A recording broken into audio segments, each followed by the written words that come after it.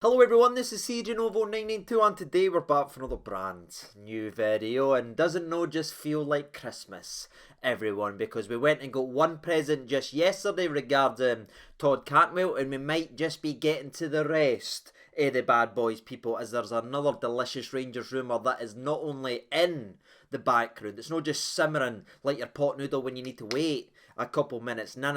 It is getting hotter and hotter and hotter, people. So we're here today to break it all down, the ins, the outs, the shaking its, all boots, and discuss the next Rangers rumour that genuinely has me like Will Smith at the Oscars. You know, the crying version, not when he slapped Chris Rock. That'd be weird if a signing had me like that. But aye, there's so much to discuss, and a player that's just left the football club, which I think opens some doors regarding other things. So aye, let's go ahead and dive right in it. And as always, people, before we actually go ahead and sink our teeth into the old rumour mill and decide whether or not we believe this rumour to be true, let's actually take a step back. Let's kick the old tyres. Let's look in to the player and see if the rumour should be, people. So aye, is this man going to tick a box? It's been so badly neglected, it's embarrassing to actually say out loud. Let's go ahead and find out. And as always, we'll start off with the player profile. Nicolas Raskin is a 21-year-old centre midfielder, people. I'm going to say it again just in case you didn't hear me all the way in the back. 21-year-old centre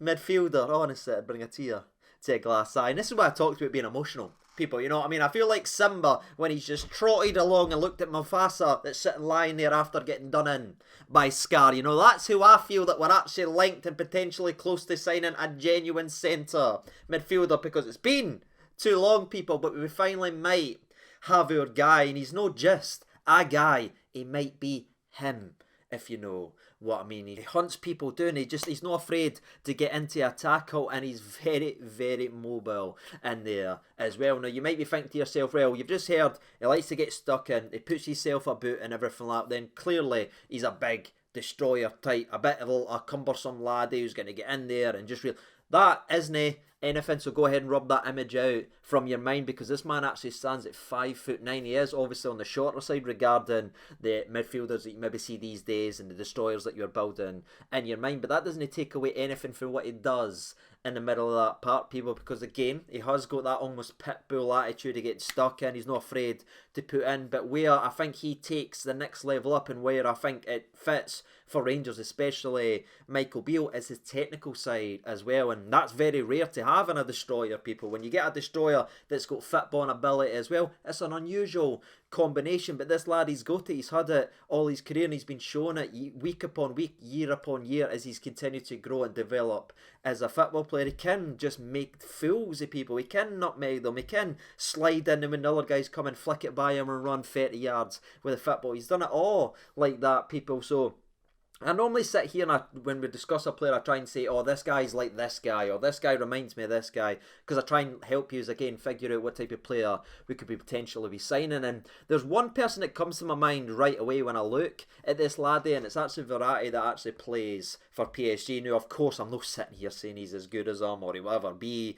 as good as him, because that laddie is unbelievably frightening. But if you're looking at a profile, and if you're looking at a similar type a build and the way he goes about his business, because that guy's a nutter, but if anyone questions his technical ability, they're lying and they've never watched the laddie play. And it's very similar right here as well. And again, I think he fits with what Michael Beale wants from his players. It doesn't just want a guy to do a single job. Now he wants a guy to be able to go everywhere. He wants attacking freedom, and this laddie can win it in the sixth position and then run 30-40 yards and pick out a pass. He's shown it already in his career, and yeah, it's very exciting if the lad does sign on the dotted line. And his profile just ticks more and more of the Michael Beale boxes, people, because again, he has played CDM in his career, he has played centre mid in his career, and he's even played just behind the striker. And if you think about how and what we ask of our midfielders, we want them to do almost all of those jobs. You know what I mean? We want them to be able to sit deep, break up, and then get forward, and then box to box and get forward. And this is exactly what this laddie can do. So for me, it's a natural fit, and he'll probably play all three positions for us during the flow of a game. But again, if you're looking at what Michael Beale wants in a midfielder, it's this laddie right here in blinking bright lights. We've obviously played against the laddie as well, and he actually got a lot of praise for playing against us in that as well. So it's one that Michael Beale's apparently had his eye on for a long time, and if he gets him, I'll be no surprised to see him being a success and becoming a quick fan favourite, because he's got the hard work, but then he's also got the quality that's been probably lacking in the centre mid position for a while at our team. But that's enough talking around the actual player. Let's get in and look at what he's actually able to do regarding stats then, shall we? Because I know there's so many people that just skip to the stats. They want to know what the laddie's done so far. So let's get in to it then, shall we? And obviously starting off with his most recent season of football, which was of course for Standard Liège. He has played 18 games in all competitions. He has 1 goal, 4 assists and 3 yellow cards. That's a typical stat line, if you want, for the actual laddie. But it's also an impressive stat line, because you think of it, that's 5 goal contributions in 18 games, which means he's averaging either a goal or an assist every free game, just around about that from centre mid.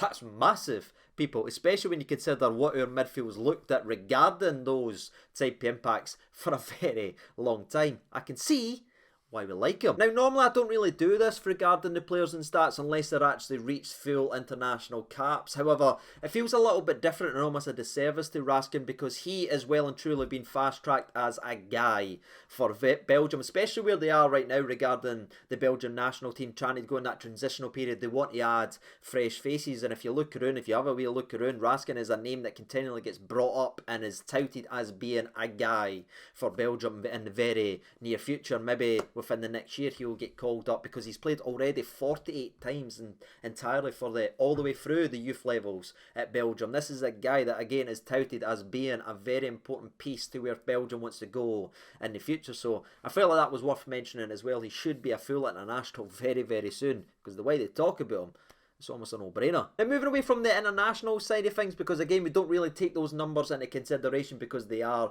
under 21s, etc, etc. We didn't really read too much into that. So let's take a step away through that and let's look at his entire footballing CV at the age of just 21 years old in terms of top flight football. This laddie has a very impressive 97 games under his belt already, which, is very impressive at that age, especially the level that he's been playing at. And again, considering the fact that he has played the majority of his career both CDM and centre mid, the fact that he has got 5 goals, 13 assists to his name is also pretty damn impressive, as is the 22 yellow cards to his name out of 97 games. When I tell you this boy likes to get stuck in, he likes to get stuck in. But you shouldn't worry too much about that, because despite again picking up 22 yellow cards in his career already and being the type of player that does get stuck in, lockdown players, breaks up play and everything like that, this lad has actually never ever been sent off in his young career, which is actually impressive and shows a great level of intelligence and awareness. Despite being again on a yellow card 20 times, he's never received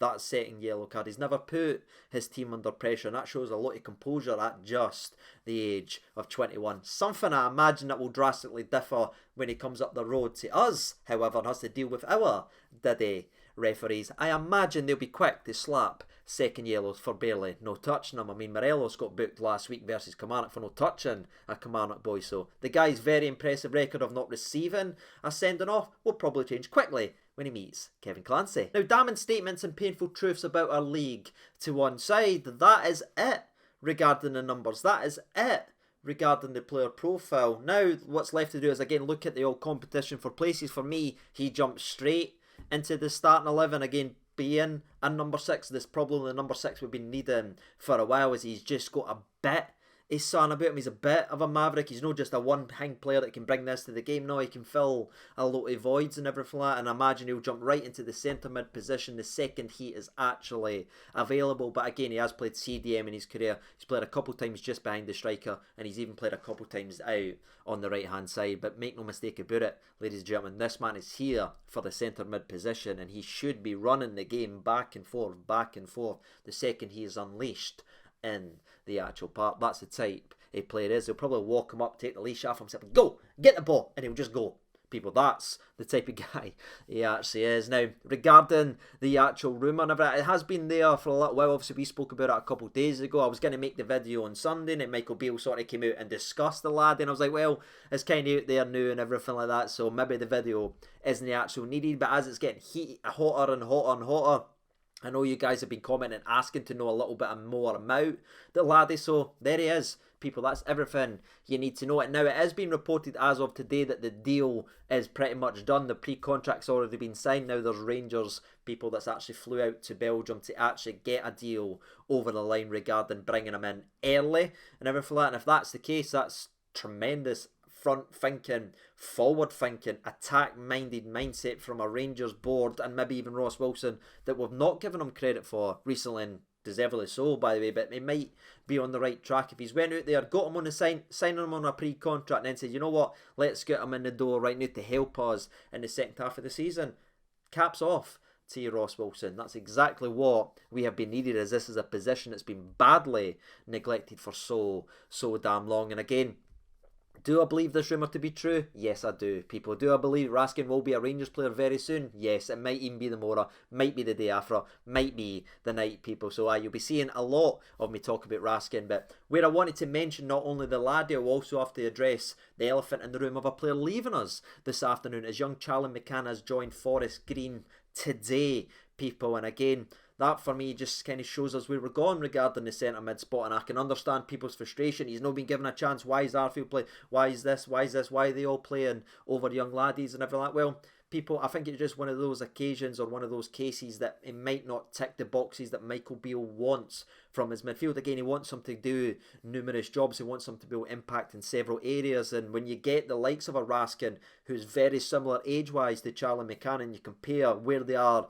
in their careers, it's an absolute no-brainer, people, that you want to go with Raskin. He'll be able to impact the team right now and everything like that. So I can understand why it's happened. Obviously, I'm gutted because I really thought the laddie was going to impact us over the next couple of years, but he wants to play. He doesn't want to spend another year at youth level, and can you blame him at that? Now he joins Forest Green, who again, it isn't as if he's went and joined the top team or anything like that regarding flying in the league. He's went down to that, so it probably shows you where he is right now. But this laddie has got a lot of potential if he can bring it on, and it makes me happy that the fact that Rangers have put not only a significant sell-on clause in the deal, which is around £350,000 for Charlie McCann, but also we have got the rights to match any offer that's accepted for Charlie McCann. So if he does become the player that we think he could potentially come, we've got first dibs on the laddie, and if we didn't want to take those dibs, if he is going for some money, we'll get a significant sell-on fee as well, which is again is the right way to actually do your business. No more letting boys leave for pennies and getting nothing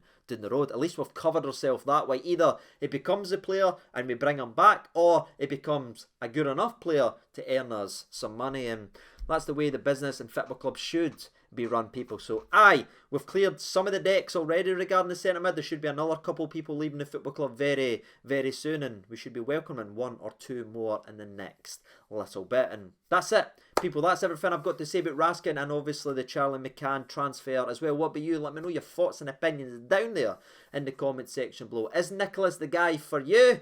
Let me know, people. And as always, you'll be seeing a lot of me very, very soon. But until then, take care of yourselves. All the best, and bye.